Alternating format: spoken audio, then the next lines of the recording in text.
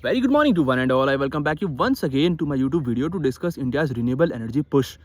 India's renewable energy capacity, that means the electricity generation from non-fossil fuel sources in 2010 was just 0.72%, which have now increased to 42.5% in 2025. A very great success. But this is just an installed capacity. But what is on the ground? The generation from this installed capacity is just 15% of the total electrical energy push or total electrical energy generated. Hence, coal is still providing to more than 70% of India's electrical energy. And hence, though we are having the capacity to generate 42% of electrical energy from non-fossil fuel sources, still we are able to produce only 15%.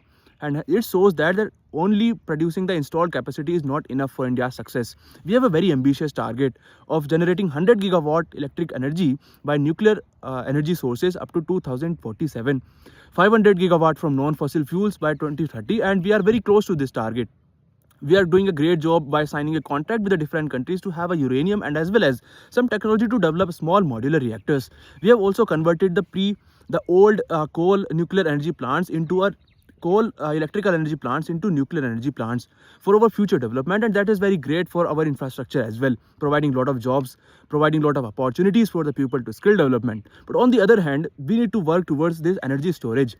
Energy storage, if I talk about solar and wind, they are very intermittent sources of energy, and for the storage of them we need to have a better technological development because we are lacking in these things. China has done a great job in their energy storage from solar and wind, and to store these type of energy we need to work towards battery manufacturing, lithium ion batteries, some technology, so that during the time of peak energy we can use this peak energy, or at the time of peak generation of electricity we can use this electricity to push some energy into water, so that this water energy can be used to rotate the turbines. Same in the case of push some metals into certain heights, so that at the time of intermittent power supply or lower power supply, this metal energy from higher height can be used to produce electricity and to rotate turbines.